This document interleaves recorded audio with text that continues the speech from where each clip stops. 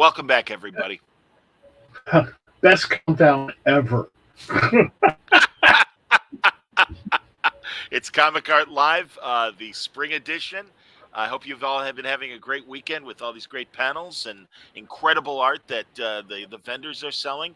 But I'm John Suntress. I'm from the Word Balloon podcast, and happy to talk to one of my buddies in comics. It's been great to get to know him over the years.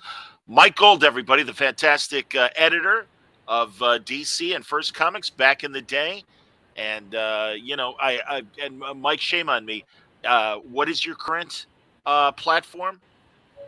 My current platform, I'm writing and about to be podcasting for popculturesquad.com, which is a lot of fun working with Bob Harrison over there, who's just one of the nicest guys in the comics business. We'll end that, but right now he's still one of the nicest guys. And every once in a while I kind of noodle around with a little project or two. We've got one kind of in the works now. Doing a lot of conventions, just to get out there and to prove that I can still walk a little bit. Did CradleCon last weekend, which was at the Cradle of Aviation Museum on Long Island. One of the coolest venues for a comic book show I've ever been to in the 54 years I've been going to conventions. How do they claim being the cradle of aviation? You would think Kitty Hawk, North Carolina would be the cradle, but what justifies their museum with that title?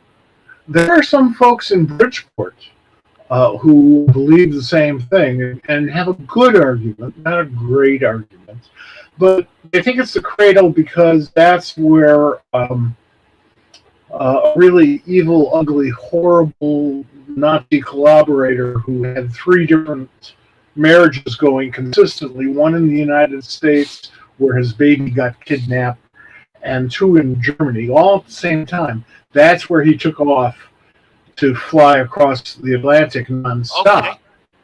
Wow. So, not that I have any opinions about the guy. I'm sure. And, there's a lot of aircraft industries that are grumbling for crying out loud. So, as a Blackhawk fan and former Blackhawk editor,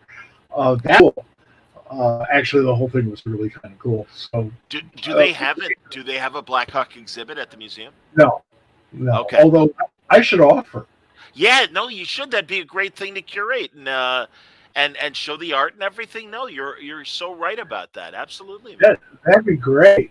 When Rick Burchett did the Blackhawk series for me for Action and then the spinoff, before he started drawing it, he took classes, he took lessons, he took flying lessons on one of those planes in order to get the feel for it so he could draw it right.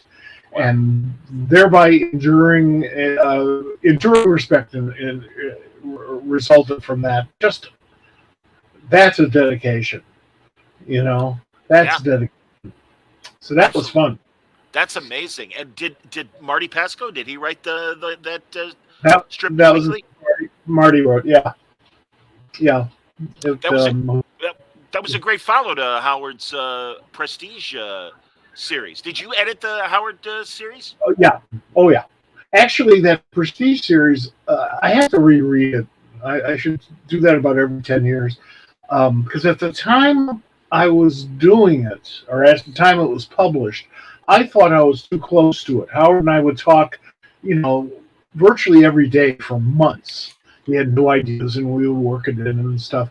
And after a while, the problem with editing something you really enjoy, working with a guy that you've really enjoyed working with all these years, who's also a good personal friend, you get a little too close to it. And I thought I was too close to that one. But I reread it like 10 years afterwards, and I thought, wow, this does work. This does communicate. It's heady stuff. It's not just babes and airplanes, which is kind of odd. You'd think with Howard it would just be babes and airplanes, but and stockings, great yes. stocking. Yes. Stockings. I think DC passed up a merchandising deal offer on that one. It was terrific. Excellent, man. That's fantastic. Look, just like Betty Grable with your Blackhawks silk stockings. Fantastic. That's right. That's right. That's exactly right. Yeah, that would have been cool. But I liked Howard's series. I thought it was great. And I like a lot of those sort of reboots. Whoa! I just disappeared. A lot of those. Okay, a lot of those reboots. The older fans, and I'm a much older fan, thinks like, "Well, why'd you bother with that? It was good the way it was." And often there's some truth to it. I mean, that doesn't mean the new stuff can't be good too, but I get that. Blackhawk was sort of meandering around for thousands of years.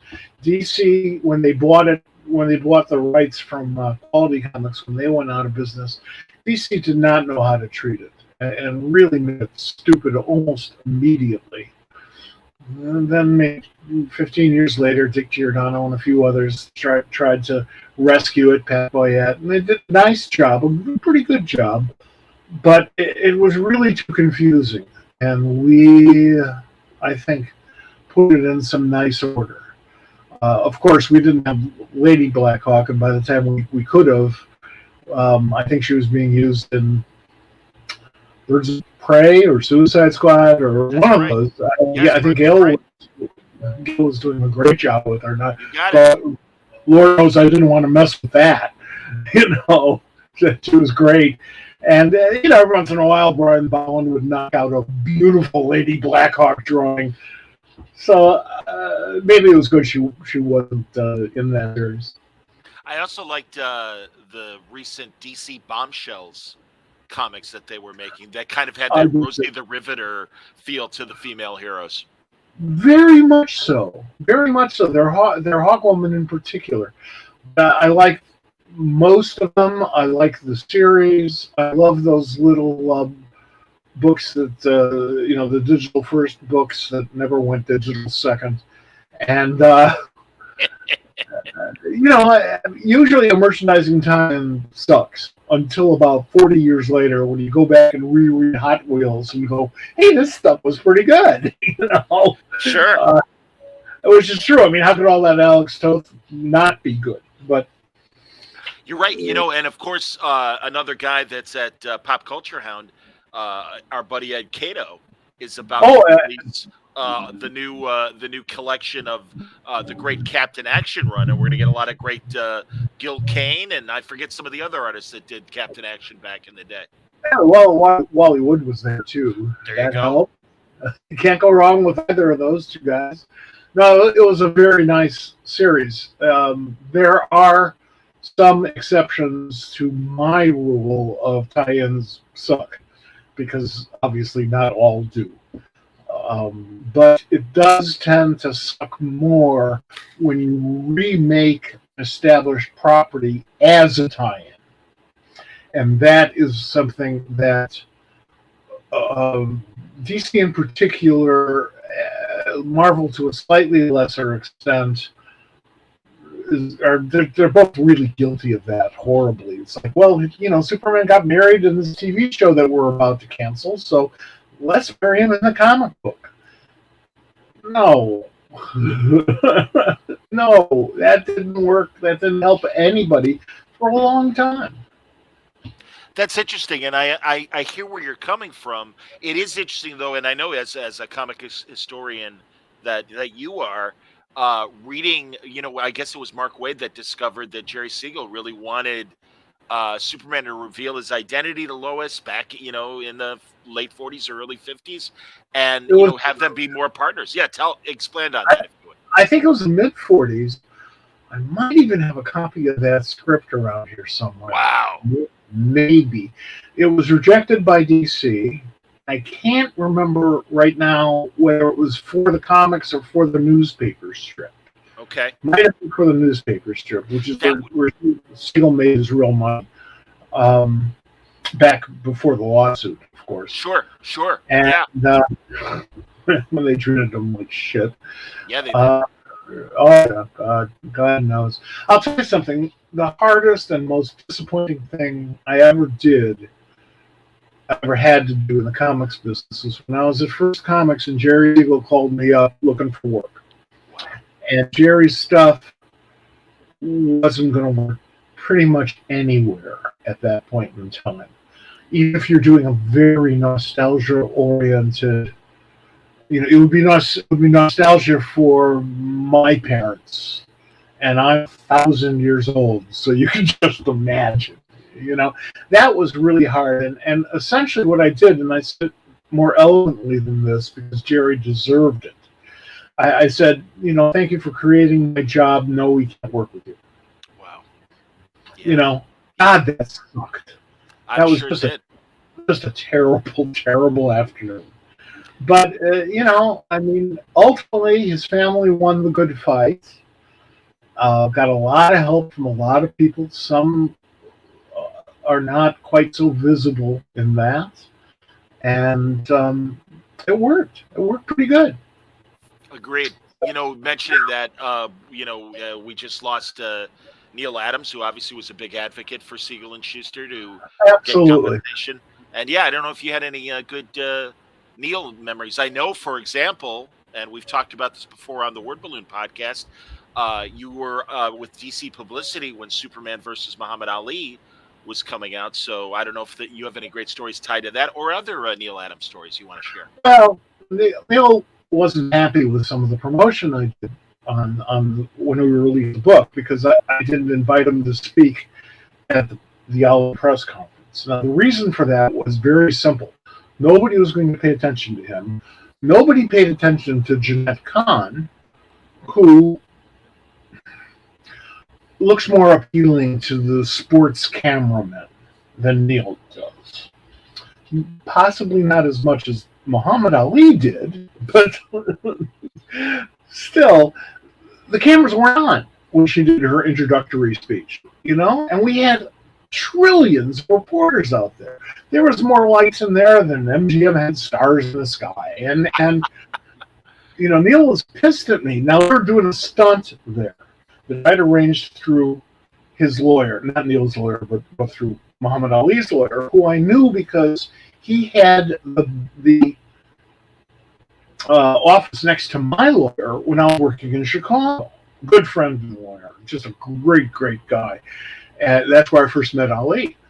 And the old, late newspaper columnist, TV host, and Chicago Bears play-by-play man, or color man, Irv Kupson. He and the lawyer and I worked out this stunt where Ali was not going to talk about the fight that was coming up. He was only going to talk about the comic book. And we were on the front page of every newspaper on Earth. And maybe other planets. I don't know. It's Krypton. And the headline was, Ali won't talk about the fight. And we were, the second paragraph, and we were the art.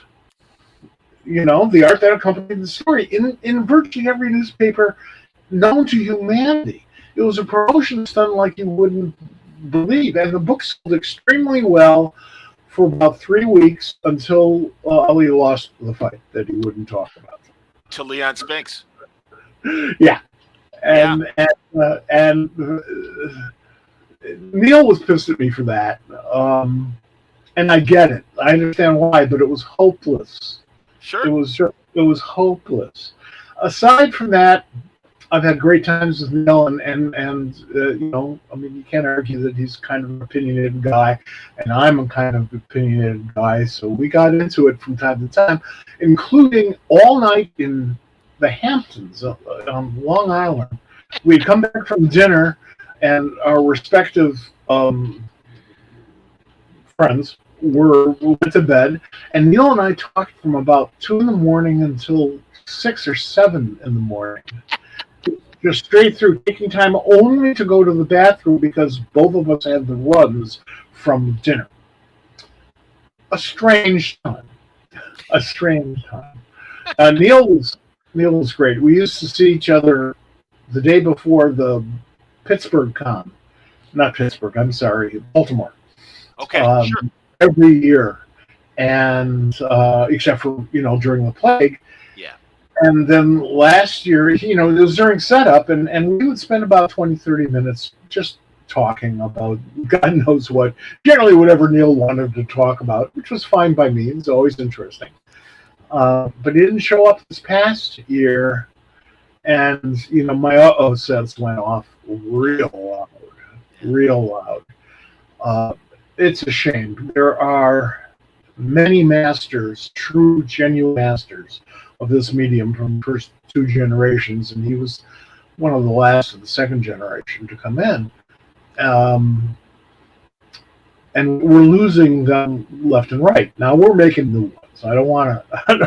I don't want to say that the world is horrible because of this, but it's not as good a place without them. Agreed. And George Perez and Neil Adams both dying within days of each other. Even though in George's case, we knew what was coming. That never makes it easier. No. But it makes it a bit more historical in the sense that we get to commemorate his works while he's still there to see that. And that's always sweet. George was a wonderful, wonderful guy as well. One of the absolute nicest people in the history of Earth, just period. He and I were talking about a project before he got into the position where he couldn't do it, which was a long time ago, of doing a complete, faithful adaptation of Shakespeare's Julius Caesar. Wow. And he wanted to use Shakespeare's dialogue, which I thought was great, but going to be a hell of a challenge. We never were able to take on that challenge to see if it could be done. And of course, in my brain, it's all the artwork. I mean, can you just imagine what George Perez's Julius Caesar would have looked like? My God. So that's on my list. It's a long list of wonderful projects that never happened. And now never will. But hey, we can think about what could have happened. Well, and thankfully, in both cases, there's so many great of their works that are still in print and are accessible. I'm so glad Neil put his Dr. Kildare comic strips on his website, and I don't know if Maryland is going to keep them up there. Or Ben Casey, excuse me. Ben Casey. Of course, Ben Casey. Shame on me. That might be my favorite of all of his work. Which is a little weird, but you absolutely have to really look at it and study it. His Sundays are beautiful. And that is to take nothing away from any of his other work. Arguably, my second favorite was his run on the Spectre, which lasted only a few issues. But that Wildcat story was just terrific. I see the cover in my head right now. That's fantastic. Yeah, I'm hip. When DC gets around to doing Neil Adams' greatest non-Batman stories, they should give me a call. No kidding. Good Lord. Or that Superman Terra-Man story that he did in the early 70s. I really loved that one too. Yeah. That was a rough time for Superman, because it was clear they didn't know what to do with the character, but they finally realized they had to do something. Yes. And I mean that's the start. At least they had to do something. Jeanette, as publisher, she came in '76. Yes. Wasn't a big fan of Kurt Swan's work. Not that she didn't like Kurt's work, but that she felt it was very dated. There might be some truth to that. I can argue that point. I mean, my Superman was way boring. So, although I love Kurt's stuff and I love Kurt personally, he was a neighbor. So, that was cool. She tried to talk Garcia Lopez into drawing Superman, and he did do some. He did a phenomenal job, but he didn't like doing superheroes. Had no affinity for Superman. Felt he had no affinity for Superman. You could never tell from his work. And Kurt wound up getting back the gig for another 8 years or so before they said, okay, we really have to modernize this. Let's bring in John Byrne and Jerry Ordway and Mark Wolfman. And they did a nice job. In some ways, they did, of all of the people in the last 50 years, the three of them did a phenomenal job in my book. Sure. Superman has to live and grow the way that James Bond lives and grows, the way that the Doctor Who series lives and grows, and even Sherlock Holmes. If I can go a little Doctor Strange on you. And Superman too. Every generation has a right to a Superman that they can relate to. They don't have to relate to Batman. That's not the point. But Superman should be relatable. I like that. Yeah. Yeah. Matt Wagner and I talked about this years ago, and I would love to hear your thoughts on this. He felt, and it's reflective in his work, he really felt that a lot of these heroes work best if you keep them in the era in which they were created. And his examples are Zorro. He's like, yeah, you could put Zorro on a motorcycle, but I don't know, it doesn't work. You need him on the horse. It needs to be the 1800s. And he even said that about Batman. And that's why a lot of his Batman stuff was so retro. When he took those, short detective stories like Batman and the Monster Man that was only like 8 pages, and he made it into a miniseries, but it was still kind of set in that 30s aesthetic and everything. But yeah, I don't know what your thought. I mean, again, as you said, to modernize the various heroes, but Matt has a phenomenal feel for doing that, for getting that pulp feeling right. The Lone Ranger. I mean, any character that you can go back to its pulp roots. In the case of Lone Ranger, the pulp thing was sort of an afterthought. It started out on the radio, and that's where it thrived. But I get his point. I agree with his point in terms of every time he puts a typewriter and pen to page, he proves his point. I'm not sure that that's absolutely necessary, but those characters that are genuine pulp characters that preceded comics, like the Shadow, certainly the Shadow, and Zorro, and maybe the Phantom. Sure. Again, that wasn't a pulp character, but it was very much out of the pulp characters and it preceded Superman. Maybe he has a point there. I don't care. I will read anything he produces. Unfortunately, that's just one. But I spent last weekend at the show with John K. Snyder. Oh, great. Yeah, and they did some magnificent work together, and were just one of those perfect teams in comics. Anything that Matt does, I'm there, and if he says this is what I think works, he proves it. So I'm fine. Malcolm Bourne wants to say hello to you. Hi, Malcolm.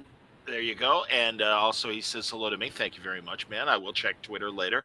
But everybody's enjoying the conversation that we're having right now, Mike. And I'm glad you're back doing conventions. What other conventions are you going to be doing this summer?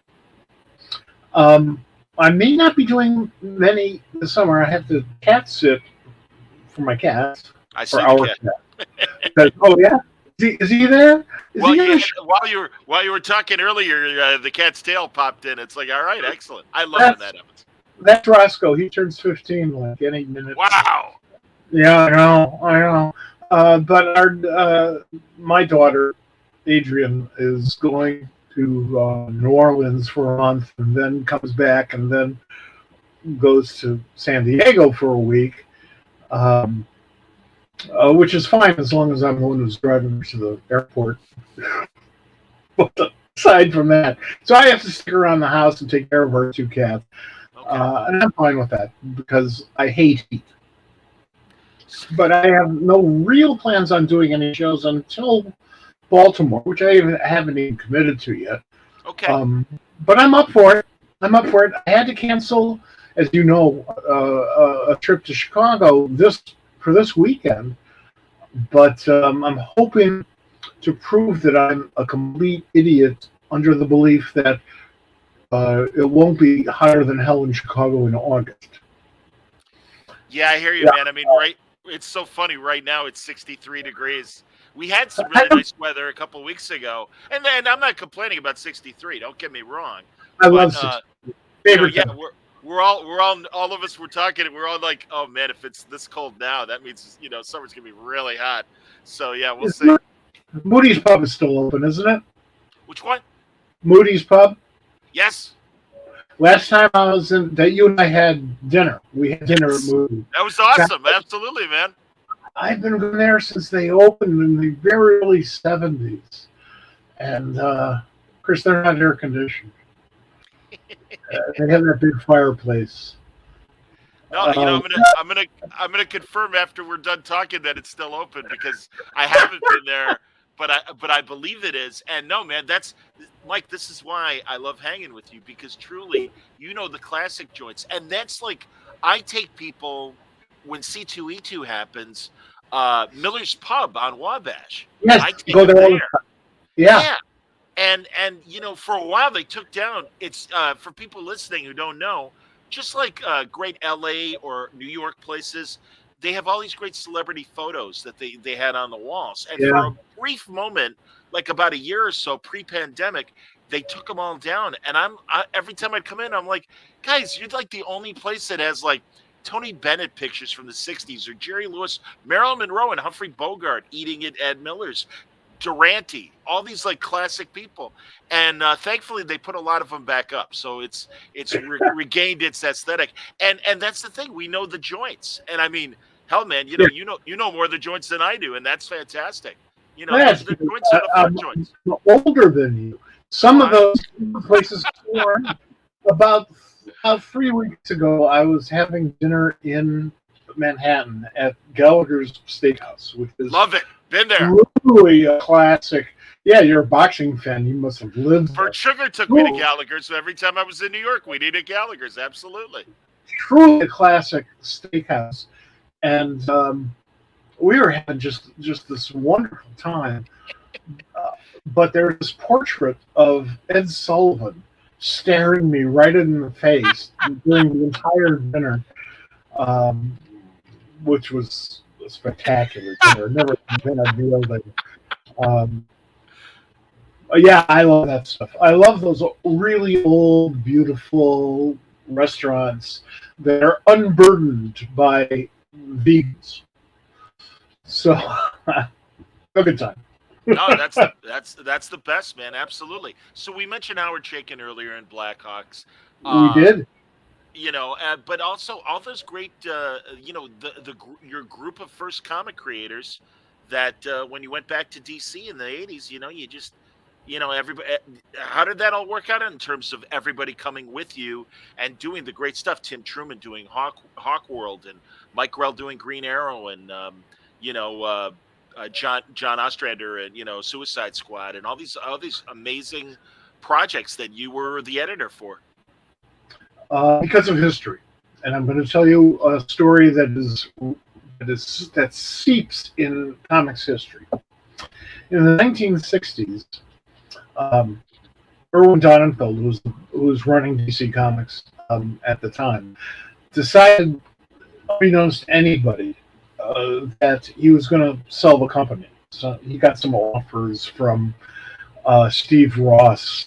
They used to have a lot of mutual friends, like we say in Chicago, and there were a lot of very left-wing kind of people working at DC at the time. I could go into a list, but that's not important. He wanted to get rid of those guys. Now, most of them have been with the company forever, and perhaps they should have moved on anyway. They had no idea what the comics business was like in the mid-'60s, but then again, DC held on to that point of view for at least another 10 years, and arguably another 15. So he decided there was this great stuff happening over at Charlton, which was another well-connected comic book publishing company. This one was actually created in prison. The guy who started Charlton got the idea from his cellmate. Okay, that's another story. So, Dick worked there with guys like Jim Aparo and Steve Ditko and Frank McLaughlin and Denny O'Neil, and I can go on and on. I'd be happy to. So Irwin decided to see if he could bring Dick over, but he didn't want anybody to know. So Irwin also had this little sports selling business. I mean, he boats and stuff, all marine gear. Okay. In Westport, Connecticut, about a mile and a half right down the road I'm looking at when I'm not looking at you right now. And there's a bar there. There still is. The bar's still there. Where I think it was Wednesday, all of the cartoonists would get together for breakfast. And they'd give their artwork to a messenger. And the messenger would take the train, which was right there, into the city and distribute all the artwork to all the publishers and syndicates and ad agencies and what have you. Irwin took Dick there to that place because he knew that Dick knew where it was. Not like he couldn't find it in Westport, but still. And Dick finally, after talking about it, he didn't catch on to we want you to get rid of all of these liberals.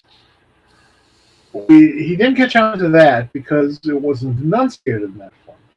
But he did catch on to the part about we want you to bring everybody you work with over from Charlton. So now we flash forward to 1985. And I'm sitting at the same bar, at the same restaurant, with Dick Giordano. And he's heard that I was less than thrilled with First Comics at that time, which is true. The publisher who once again became a friend of mine, he and I had very different views on priorities for payment. I felt that if you don't pay the freelancers fairly and on time, or at least within a reasonable amount of time, because we are cockroach capitalist publishers, you won't have anything good to print, and therefore you won't have anything good to sell. He felt that the engravers and the printers really needed to be paid first because they wouldn't do it otherwise. Yes, they would, actually. This was a time when all of the distributors were going out of business and Diamond became a monopoly. So payments from some of those distributors were very slow. Some of them never happened. And the independent comics, the so-called independent comics in general, were having a hard time. My board of directors, well, let me just say I was on the two end of a lot of 3-2 votes. And when the business manager, who was the other one of those two, when he left the company, it became 3-1 votes, and I was feeling mighty lonely. So Dick heard about this and suggested I fly out to Connecticut, where I live now, and have this dinner at this, or lunch, I guess, at this really classic place. And we're talking, and after a while, I begin to realize, I said, so what you're doing is what Irwin did with you 20 years ago. And Dick said, yeah, same plot, same spot, same table. And Dick promised me almost as much, not quite as much, but almost as much editorial freedom as I had at first, which I thought was ridiculous. Yeah. How can you say that? He said, well, because if you're using established properties, I'm the only one who has to approve it. If it's something brand new, then we got to get Jeanette and Paul and Levitt's their crack marketing manager who really couldn't sell crack. But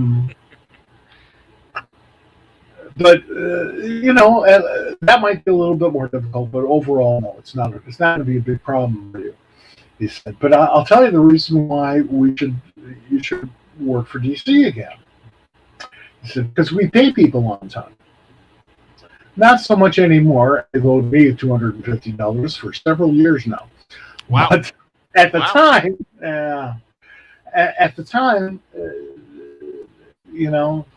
they were paying promptly. And so promptly that you can get a little card from DC and take it to their bank, manufacturers Hanover, and get your check cashed immediately, unless you're black. That's a different story. I once had to go to the bank with an artist. I'm not sure how he'd feel. I'm not sure how Dennis Collin would feel if I mentioned his name. Because they dumped all over him, and I went there. Daddy went there because I was pissed.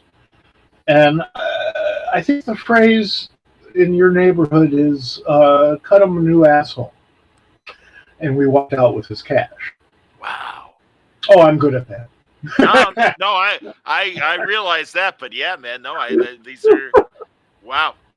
Yeah, Yeah. I mean, it's still Earth. In those days, I had to work twice as hard to get a black artist or a brown artist or a woman artist or writer a fair page rate, an equitable page rate. Sure. And it wasn't because the folks who made those decisions had a problem. The problem they had was the same problem that we all have, which is that we were raised in the United States of America, and we just don't look at it the way we should. We're beginning to, although that's coming to a crash halt right now. But, at least for a while, we've been looking at that again. Maybe things won't deteriorate as badly as it looks. Well, I certainly know a lot of modern creators that agree with you, and also, I mean, God, DC right now is in flux. Discovery took over, but Discovery doesn't know what they want to do with DC at this moment. The one thing, what's that? Nor did AT&T before them. Well, that goes without saying, yes. And quite frankly, Warner Brothers, which went through its changes, AOL and all this other stuff. Yes. It was musical chairs there, but forever, but to the sound of a funeral dirge. And I'm not sure how many people who are involved in DC, and I'm not talking editorial, which doesn't really exist in DC anymore. I'm not sure how many people at DC do. It's not a normal business. If you look at it as just a licensing business, including the movies, which aren't licensed because you own the movie makers, you can understand that's where all the money is, and that's the business you're in, sort of.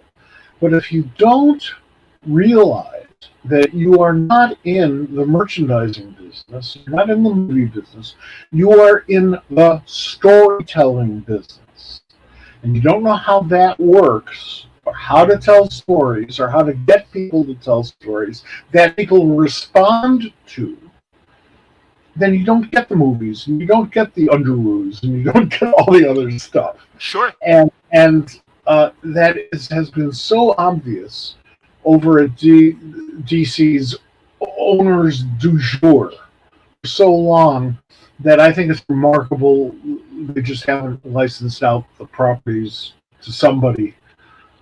Marty Pasco was saying this to me 12 years ago, that it wouldn't surprise him if DC made that move. But I will say this: I was talking to Kelly Jones yesterday, and when we were done with our panel that we did this weekend, the one thing I'll say about Discovery taking over, they're in the do-it-yourself business, and so much of the do-it-yourself business relies on publishing as much as it does the TV shows that they generate and that stuff. So while it's not storytelling per se, I think they might recognize that that's an important part of the equation. They will if the people who are running DC, not Warner's or Warner Media or whatever they're calling it this week, if the folks at DC help them understand that. and it probably can be done. And I think Discovery could be a good fit. I agree with Kelly. It could be a very good fit. The first comments that they made once they had the time to start looking at the property, which they got a lot of property to look at. I think they still own the soccer team. I don't know. They, it's gonna. They talked about how badly Superman has been treated. They were mostly talking about the movies, and I completely concur. But he hasn't been treated that well by the comics either, because he's always been flipping back and forth. Now with the copyright laws, with the copyrights about to expire on the original material, they have to focus on material, much of which they made up on their own, won't fall into public domain. Clark Kent will fall into public domain. John Kent will not for. Interesting. Sure. So wow, I didn't think of it that way. That's very interesting. Yes, and for the same reason, we're going to see like another 150 Robins, and there's so many Robins that they'll just have Robin conventions, and so this hits Marvel as well, but not quite as long, except for Captain America, the Human Torch, and Submariner. Okay, yeah, Jim Hammond, Human Torch, and the Submariner, yeah. You're right, but if you use Johnny Storm as the Human Torch, then you got to watch your ass. If you want to do Jim Hammond as the Human Torch, cool, as long as you only use those elements that were introduced in the material that's in public domain. So that upheaval is totally screwing up everything over at Marvel and DC. Eric Larson and I got into a conversation. It's just screwed up Conan because the original Robert E. Howard stories, some of them are now in public domain. And Marvel dropped the license or lost the license, depending on who you believe. But we'll continue doing Savage Adventures the same way Ablaze is doing the Samaritan, because that you can do Conan, you just can't use the trademark. Right. So Savage Avengers, which is a much better book than I thought it was going to be. I actually find it very entertaining. We'll continue with Conan in it, and they'll continue doing the reprints because they have some sort of contractual provision. So I asked Eric when he's going to have Conan meet up with Captain Tootsie. Captain Tootsie from Tootsie Roll, absolutely. Well, Captain Tootsie's public domain. I was going to say C.C. Beck, right? The Captain Marvel artist drew Captain Tootsie. And then Pete Costanza, who was also a Captain Marvel artist when C.C. couldn't do it all. When Clarence couldn't handle it all. Okay. But still, I thought that would be perfect for the Savage Dragon. Just great page 2-3 spread with Conan and Captain Tootsie just beating the shit out of each other. But I don't think Eric is interested. I don't want to say I was just kidding. I wasn't, because you could do that in Savage Dragon. Savage Dragon is a great, fun book. You might not want to let your great-grandmother read it, but it's great fun. Well, and he put the Golden Age Daredevil in Savage Dragon. So I don't blame you for suggesting Captain Tootsie. Why not? No, not at all. I have a Captain Tootsie shirt. I actually wore it at one of the two conventions I just did. I have a Captain Tootsie t-shirt. So. Honestly, everybody, if you're a Captain Marvel fan, look up Captain Tootsie, and you'll be very happy to see the art. It's great. And also, honestly, I love all these public domain characters. And I've been talking to Alex Segura and Jamal Igle because they worked on, and Jerry Ordway. Microface was a abandoned, I believe, Nader or Fiction House or one of those publishers from the Golden Age. And and I'm telling the audience this as much as I'm sure you already know this, but NPR they have a show, a financial show, and they decided, because of the superhero craze, what are the mechanics of creating a comic book superhero, and it was suggested, well, you ought to grab one of the old public domain ones, and yet they took Microface, this throwaway backup, feature, Yeah. and they're doing new content with it, and also tracking the business side of it on their Planet Money show. It's Marketplace, Planet Money, Right. their special show, and it's funny Right. as hell. And yeah, I check in with Alex and Jamal about it to know what's going on. But no, it's fascinating. I just did like 3 panels with Jamal last weekend. I did 7 panels in 2 Wow. days, just to prove that when I turned 72 in August, Okay. I can still do something. 7 panels in 2 days. I couldn't move after that, but 7 panels in 2 days. And Jamal is great to do a panel with, or to have dinner with, which I highly recommend.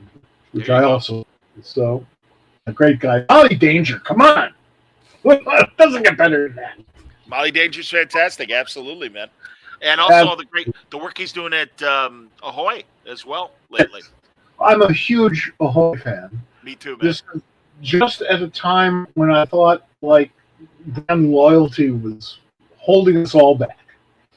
This time has been going on for about 40 years, but I thought the brand loyalty was, and now all of a sudden I find myself, oh, that's a new Ahoy title, I'll check out. They publish some of the best stuff on Earth right now. I absolutely agree. Yeah. No, just, and I'm jealous. I can appreciate that. You've got a couple projects coming up that you're putting together? Maybe. I mean, it appears, I want to work with my old friends, and some of them, are a little creaky. But it would be nice to do a couple of sort of last stands. Well, there's still paper to print them on, although I'm not a paper elitist. I read all my comics on my iPad. I'm looking at my iPad right now. I completely understand. It's and it's not just because I can blow up the panels. it's very because we both have our glasses on. Absolutely. That's right. I've been sitting in a hotel room in a convention at 2 a.m. and do anything I want within some reason. I can read anything I want, or watch, or listen to anything I want. Sure. My iPad will go to the crematorium with me. Well, I was worried when comics first went digital, and I'm holding my iPhone up because I was worried about this, and it's like, I don't know if I want to read comics, and the panel size is always going to be baseball card size, and I'm like, what's going to happen to the double page spread and beautiful art? And then the iPad came out, and it's like, okay, everything's going to be all right, and it's like it's pretty, and the colors are beautiful, so and again, the portability, I understand. Yeah, no, I think it's just terrific. Also, if for whatever reason I actually have to move my comics collection again, which I haven't done in 35 years and has gotten larger in those 35 years, and Sure. hopefully will be sold off while I'm out of the doctor or something. I don't want to move that again. I'll move my iPad and a hard disk, and I've got like 28 terabytes worth of hard disk space. I can download my brain into my hard disk. So. You're gonna be like God, I can't remember now. Toby Jones in The Winter Soldier, Captain America. Oh yeah. When he's Zola. Yeah, that's it. Yeah, that's my. I look forward to our podcast interviews when you're the Ghost of the Machine. Like, that's going to be great. So I will be untethered. I will find a way to be untethered. Have you seen that sitcom that's on Amazon called Upload? And essentially, it's about a guy. It's like 10 minutes into the future, that kind of idea. But a guy he's in a car accident in a self-driving car, and his girlfriend is rich, and instead of, basically it's a digital afterlife. His conscience is loaded to a cloud, and it's hilarious. It's a great idea, and it's on Amazon Prime. They've got 2 seasons of it. It's a very clever comedy. I should check it out. It's I'm used to like growing up and knowing every TV show that's on. Well, that's impossible now. And also, there's more streaming stuff on now that I want to see than I'll ever have time or attention span to see. And that is such a different world. It wasn't that long ago when Bruce Springsteen recorded 99 channels and nothing's on. That's right. And it's also not true anymore. No, it's not. And I'm waiting for the Bruce Springsteen channel, which undoubtedly will happen. I'm sure XM Sirius hasn't planned. I have no doubt that it'll be on satellite radio if it isn't already. I'm fine with that.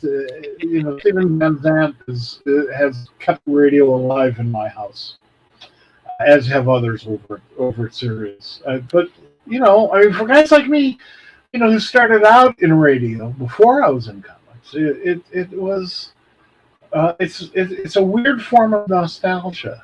I mean, I miss local news, even though nothing happens in Norwalk, Connecticut.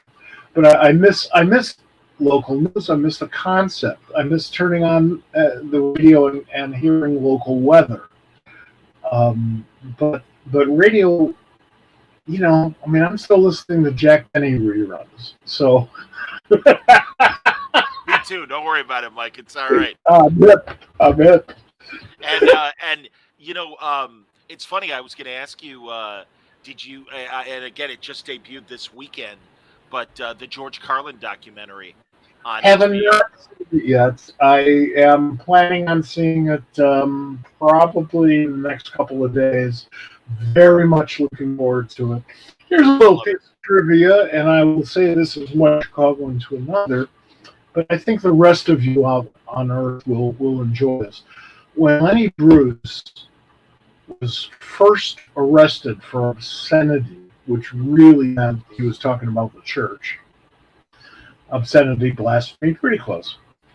He wasn't arrested alone. There was a 14-year-old who was arrested with him because he wouldn't shut up about, why are you arresting this guy? That 14-year-old who crashed, I think it was Mr. Kelly's, the nightclub, was George Carlin.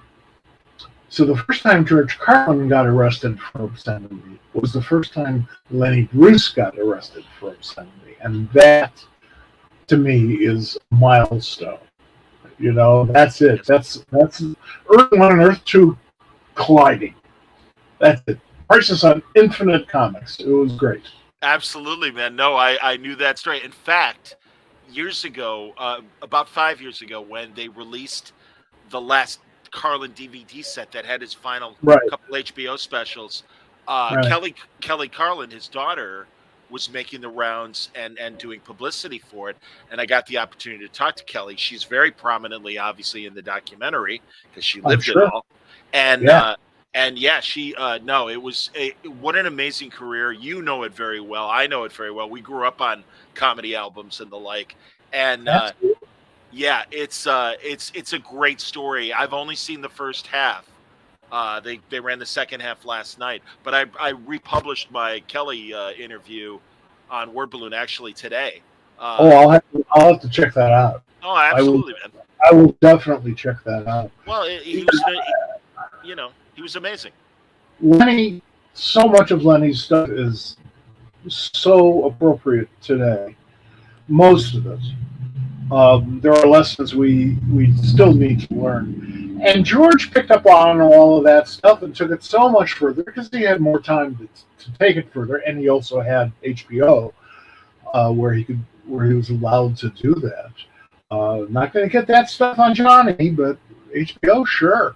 And this is a better world for it. Let me tell you the cool part about hanging out with Del Close, and there are plenty of cool parts.